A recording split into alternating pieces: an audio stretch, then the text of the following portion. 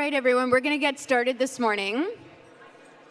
Like a Swiss train, I like to Bonjour, keep mesdames things et on messieurs. time. Nous allons commencer aujourd'hui. My name is Katie Je Crocker. m'appelle Katie I'm Crocker. the co-chair of Je Pathway suis la Prosperity. It is coprésidente so de good to Voix see you vers la all this morning. I hope prospérité. you've had C'est a great formidable de vous voir ce evening matin. last J'espère que night. vous We avez enjoyed passé some posters. une We excellente explored soirée. Vancouver a little bit. Peut-être que vous avez exploré But it's la great belle to ville de be back here Vancouver. this morning. Et c'est So formidable this de morning vous we are revoir going ce to be matin. starting with a Ce matin, nous consolidated allons report commencer back avec un from the rapport interactive consolidé activity we did de yesterday. I know l'activité interactive que the nous avons effectuée BHCH hier. room, we had Je sais que dans a la really salle opportunity to BHCH, connect, nous to avons talk, eu and l'occasion de lots of energy in the discuter, room, de and I've tisser des heard the liens, une same bonne stuff énergie in dans other rooms as dans la well. salle, And et je so I'm sais really excited to que welcome c'est Tina sans doute la même Strucky. chose dans les autres salles. I had it Bienvenue à perfectly, and then Tina. I went and messed it up. Strelka. Tina Strelka. Tina Strelka. Right? There we go. Okay. From Minerva BC, who is going to De give Minerva a BC, consolidated report back qui nous on donnera the activity from un yesterday. rapport She is going to be consolidé presenting de it l'activité in English interactive. only, so we Elle will va have that présenter translated into French and en available on anglais the website seulement shortly. et So please join me in welcoming ce Tina. sera Thank you. traduit sur le site web en français sous peu. Bienvenue.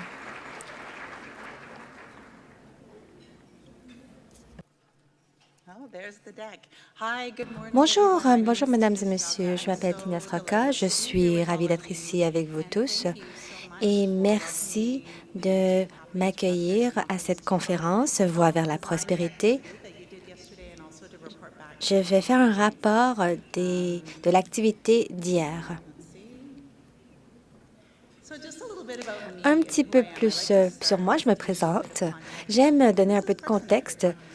Qui est cette personne qui s'adresse à vous et pourquoi elle est là? Je fais ce travail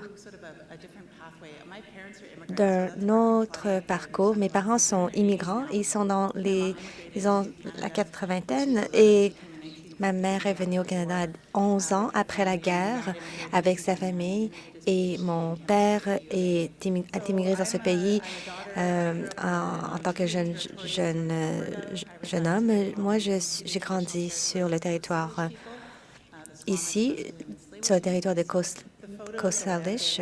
Et la photo que vous voyez ici, c'est un lac à Burnaby. J'ai aussi des sœurs.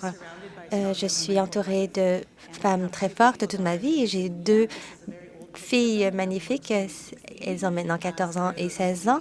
Elles sont adolescentes. Elles ne sont pas aussi mignonnes que lorsqu'elles étaient enfants ici sur la photo. Bon, elles sont formidables. Pour moi-même, je travaille pour une organisation qui s'appelle Minerva BC. Je vais vous parler de celle-ci dans un moment. J'ai passé 15 ans dans le développement queer de la Colombie-Britannique, dans le travail pas seulement de la réinstallation, mais de l'emploi, du soutien au développement, et cela fait une grande partie de ma carrière. Les thèmes de ma carrière concernent l'éducation et de soutenir les personnes à réussir en matière de carrière. J'ai été invitée en partenariat et collaboration. Donc, c'est une œuvre caritative à Vancouver. Nous faisons avancer les occasions économiques pour les femmes.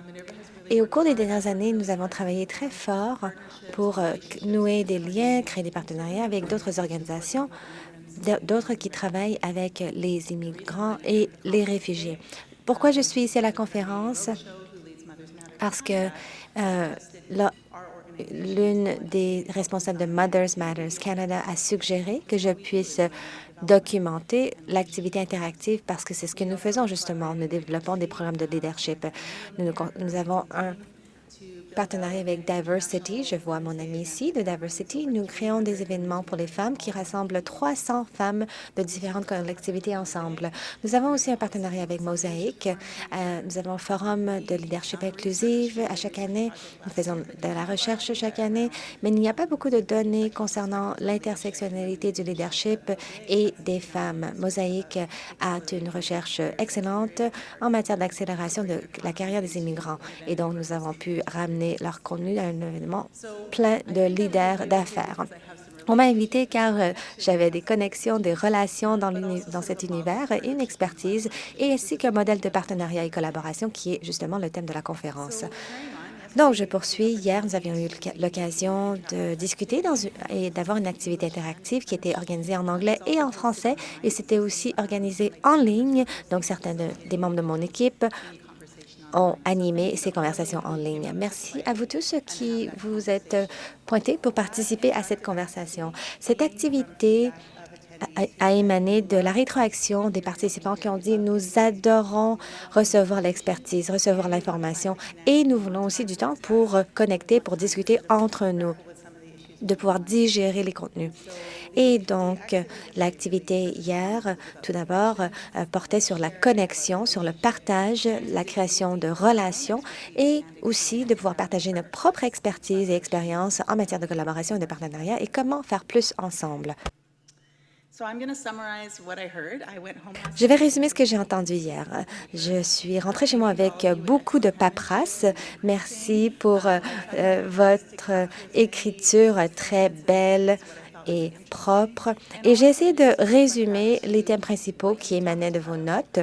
J'ai essayé de comprendre ce qui a été écouté, entendu, discuté et quels étaient les points saillants. Alors, la première question portait sur l'inspiration. Pourquoi collaborer? Pourquoi les partenariats?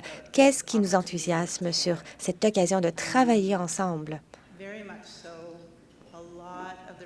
Beaucoup d'entre vous aviez dit qu'il s'agissait de pouvoir partager notre perspective unique, la diversité de pensée, tout en réunissant des personnes qui partagent les mêmes valeurs afin de créer un impact, de faire plus avec moins, de créer des ponts entre différents groupes et organisations et aspects de notre société.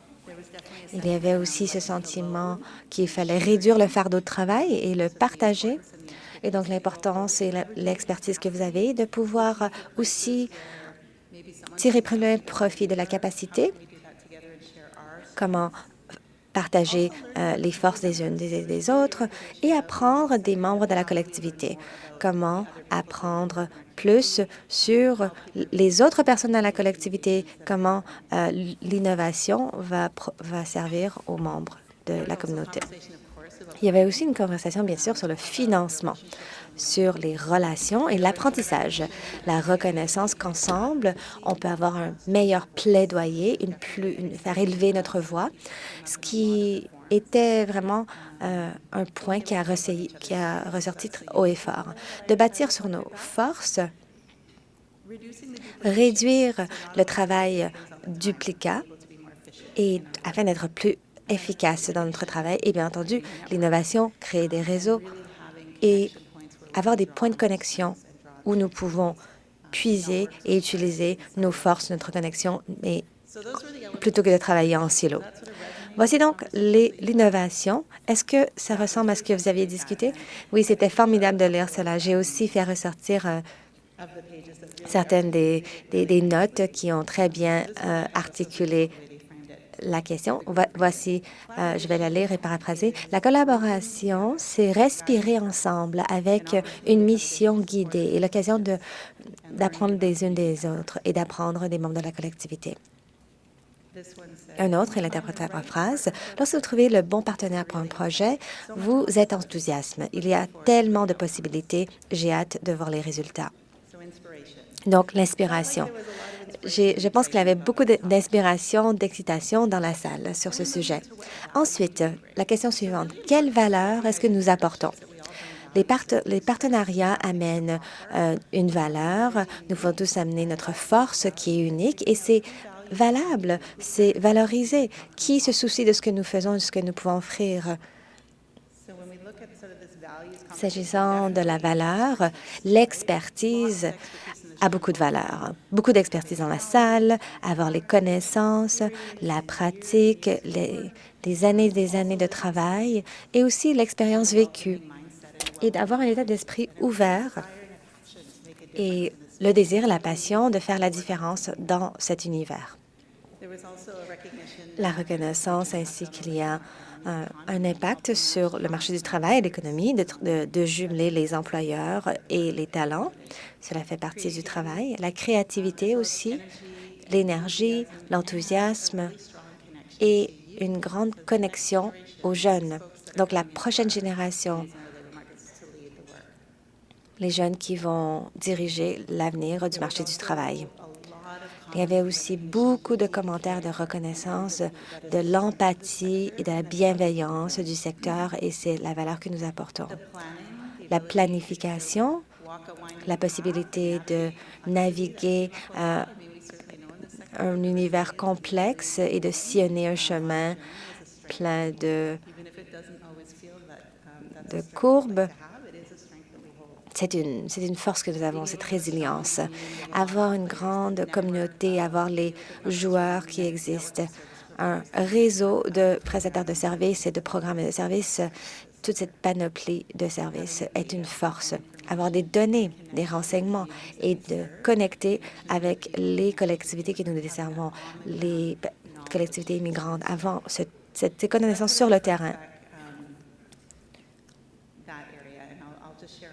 Et je vais partager certains mots qui ont été écrits.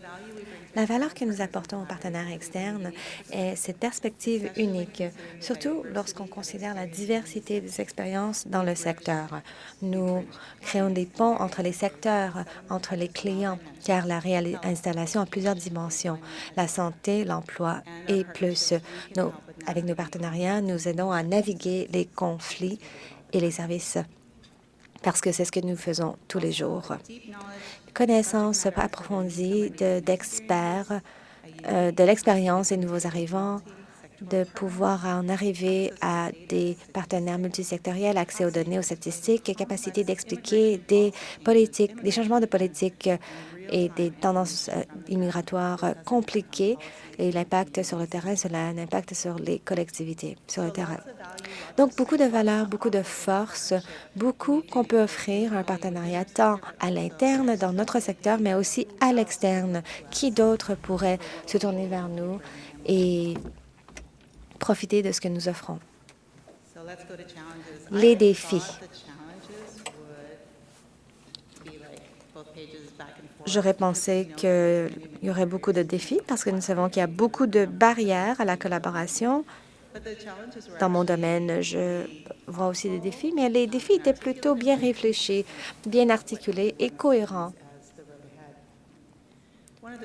L'un des plus grands défis, c'est la compétition, cette concurrence pour le financement et le manque de ressources, le manque de temps et un état d'esprit de pénurie que nous n'avons pas assez pour faire ce que nous avons besoin de faire.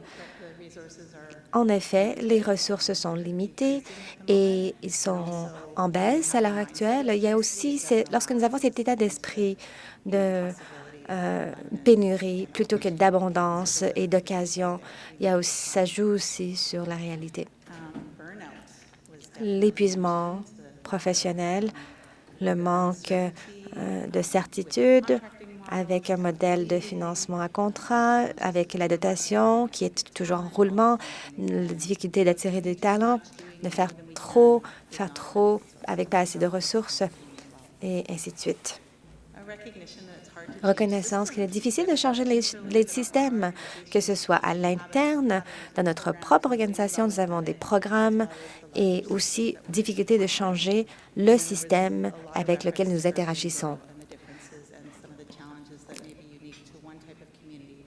Et aussi différents défis dans différentes communautés. D'autres défis comprennent l'investissement. Il s'agissait d'une question d'argent, mais aussi de temps, d'espace, d'énergie, de capacité. Les références n'étaient pas seulement le gouvernement et la haute direction, les bailleurs de fonds doivent faire ceci et cela. Nous devons aussi investir en les travailleurs de première ligne. Donc, la reconnaissance que si nous voulons réaliser des partenariats, nous devons investir dans ceux-ci. Il faut aussi tirer des leçons. Beaucoup de personnes ont parlé d'écarts en matière de connaissances, de compétences, comment trouver des partenaires, comment créer des limites, comment être clair. Donc, apprendre la pratique de partenariat. Qu'est-ce qu'un bon partenariat, surtout lorsque c'est à l'extérieur de notre secteur? La pièce de casse-tête que vous voyez, continuer de nouer des liens lorsque nous sommes si occupés au quotidien, de pouvoir répondre à nos objectifs de trouver l'espace et le temps supplémentaire pour nouer des connexions. Il est aussi difficile de bouger rapidement. Il faut être mobilisé, mais parfois nous n'arrivons pas à faire avancer les choses aussi rapidement que nous souhaitons en raison des limites de ressources. Et finalement, la reconnaissance de la complexité des problèmes auxquels nous sommes confrontés. Et comme mentionné auparavant, ce qu'on fait est interconnecté avec tant de différents systèmes. Il y a beaucoup de couches de complexité en matière de bureaucratie de gouvernement, de paliers de gouvernement, et essayer de mettre au défi tout cela en ayant différents acteurs autour de la table, différentes complexités. Et parfois, on a l'impression que c'est un gros morceau qu'on n'arrive pas à résoudre et c'est comme un nœud qu'on n'arrive pas à défaire. S'agissant des défis, je vais vous en lire quelques-uns. Manque de dotation, manque d'argent, de temps. Les personnes ont des bonnes idées, mais les mettre en œuvre, c'est autre chose. Les cibles, chasser les mêmes sources de financement, la concurrence entre les organisations, la pénurie de ressources, la peur de partager, les conflits d'intérêts, le manque de confiance entre les agences et les secteurs, les exigences des bailleurs de fonds quant à la capacité aux besoins. Il y avait aussi un commentaire sur ce qui est vrai, sur la façon dont nous pouvons s'attaquer à quelque chose qui est une vérité pour nous plutôt que les demandes externes des gouvernements, par exemple. Donc, il s'agit de la reconnaissance de la complexité de la relation de financement entre ceux qui octroient les fonds et ceux qui les reçoivent. Et finalement, ce qu'on a besoin. Encore une fois, la liste des besoins était très bien réfléchie et émanait des défis, des inspirations et de notre valeur. La confiance. La confiance a été répétée fois après fois. La confiance entre les agences, entre les organisations, entre nous, les bailleurs de fonds, entre les clients. Comment bâtir cette confiance? C'est l'essentiel de partenariat. Reconnaissance qu'il y a des parties qui manquent à l'organisation de réunir les pièces de casse-tête. Parfois, ce n'est pas un bon fit et on n'arrive pas à jumeler les pièces. Là encore, le financement, les ressources, le temps, reconnaissance qu'il faut investir dans ce travail, que tout ce travail a en effet un impact réel, des résultats réels. Il y a aussi des commentaires sur la façon de motiver les gens. Comment créer le temps et l'espace et la valeur nécessaire pour que le temps puisse être bien consacré. Il y a un besoin de données, d'informations et de partage, d'avoir un accès facile à cela. Nous avons besoin de temps afin de construire ces relations, de nouer ces liens au niveau de la collectivité. Nous avons besoin de planification aussi et de créer une stratégie, de réfléchir la façon dont nous voulons aborder la question du partenariat. Il faut de l'implication du gouvernement, surtout les gouvernements municipaux, la relation entre les différents paliers de gouvernement lorsque vous essayez de passer à grande échelle.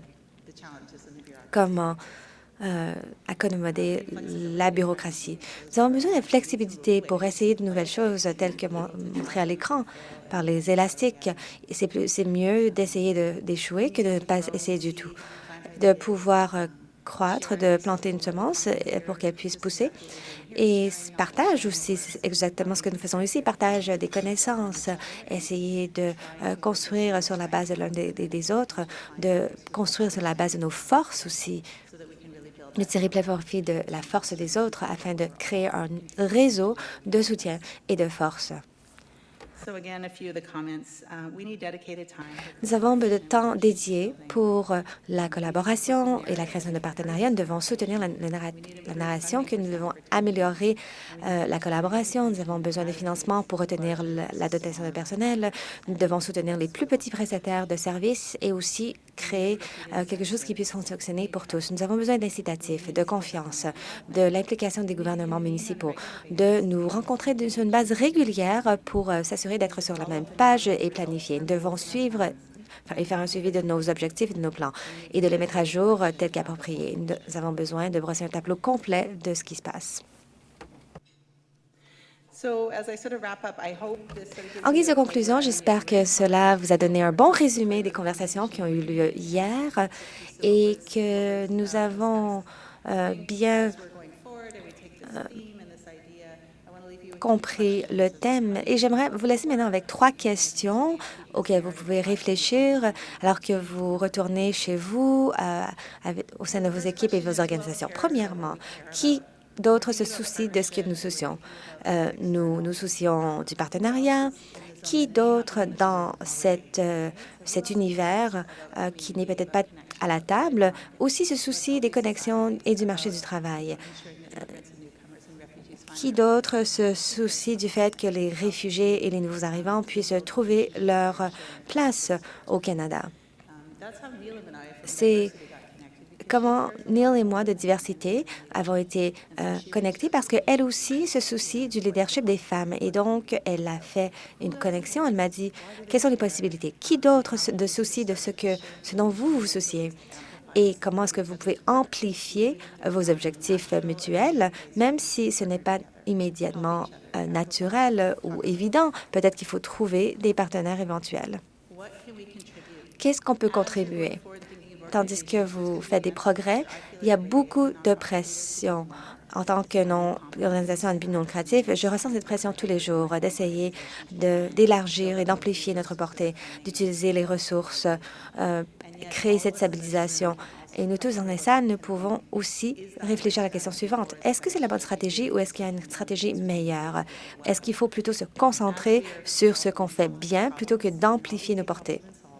Nous avons des problèmes à résoudre, des problèmes complexes, et donc nous devons aussi chercher les personnes qui ont des forces complémentaires. Comment est-ce qu'on peut intégrer ces forces, ces personnes, profiter de ce qu'ils utilisent et aussi de faire amplifier notre propre valeur par ce faisant? Comment est-ce qu'on peut mieux contribuer? Quelle est la meilleure façon pour nous de contribuer? Qu'est-ce qu'on a comme valeur ajoutée? Comme ça, avec d'autres, nous pouvons forger un chemin vers l'avant plutôt que d'essayer de tout faire en même temps. Et finalement, qu'est-ce qu'on peut résoudre ensemble? En pensant au partenariat, il y a toujours des occasions où il y a un petit peu de va-et-vient, mais tous les deux doivent bénéficier. Et une tierce partie peut penser comment est-ce que nos clients, nos collectivités, la société bénéficient de ce partenariat. Donc, c'est le gagnant, gagnant, gagnant. Qu'est-ce qu'on peut faire plus que si on était seul? Donc, comment avoir ces synergies? Comment aussi créer des partenaires qui soient excitants, palpitants, amusants, parce qu'ils auront besoin de faire face à beaucoup de défis. Donc, comment répondre à mes besoins? Est-ce que les besoins des autres organisations? Comment est-ce qu'on peut se rassembler et créer quelque chose de nouveau qui ne serait pas possible seul? Et c'est une partie créative auquel nous pouvons commencer à réfléchir pour chacun des partenariats que nous envisageons.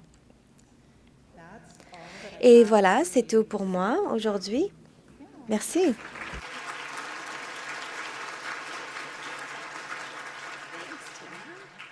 Great. Thank you so much, Tina. What a really interesting activity this was.